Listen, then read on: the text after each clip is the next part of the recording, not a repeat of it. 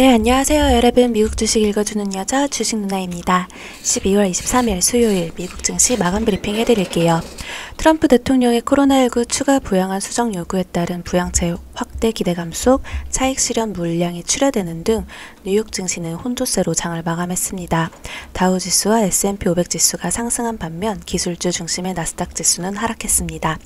전일 트럼프 대통령은 부양책에서 지원되는 개인에 대한 현금 지원액을 인당 600달러가 아닌 2000달러로 상향할 것을 주장하고 불필요한 부분을 삭제하라고 지시하는 등 부양체계의 수정을 요구한 가운데 펠로시 하원 의장은 민주당이 코로나19 대응 부양책과 관련해 개인에게 2000달러의 현금을 지원하는 내용을 의회에 상정할 준비가 됐다고 밝혔습니다.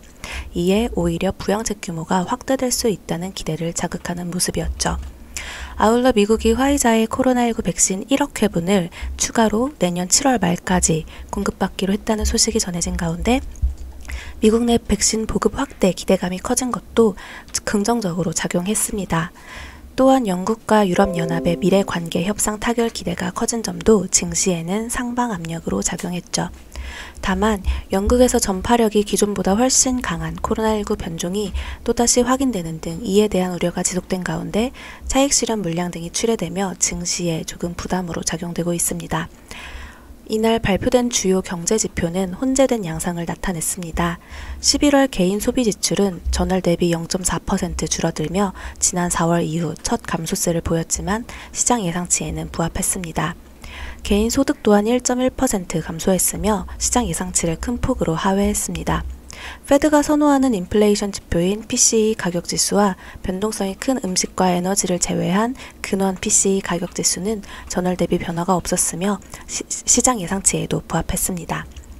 지난 19일자로 끝난 미국의 주간 실업보험 청구 건수는 전주 대비 8만 9천 명 감소한 80만 3천 명을 기록했고 11월 신규 주택 매매는 전월 대비 11% 급감한 연율 84만 1천 채를 기록해 시장 예상치를 밑돌았습니다. 또한 11월 미국의 내구재 수준은 전월 대비 0.9% 증가해서 10월 및 9월 대비 증가폭이 둔화는 됐지만 시장 예상치는 상회했습니다.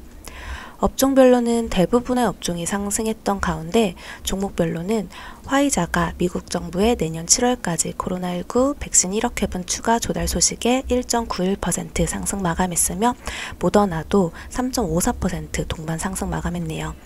S&P 지수 편입 이후 약세를 보였던 테슬라가 사흘 만에 0.88% 상승했네요.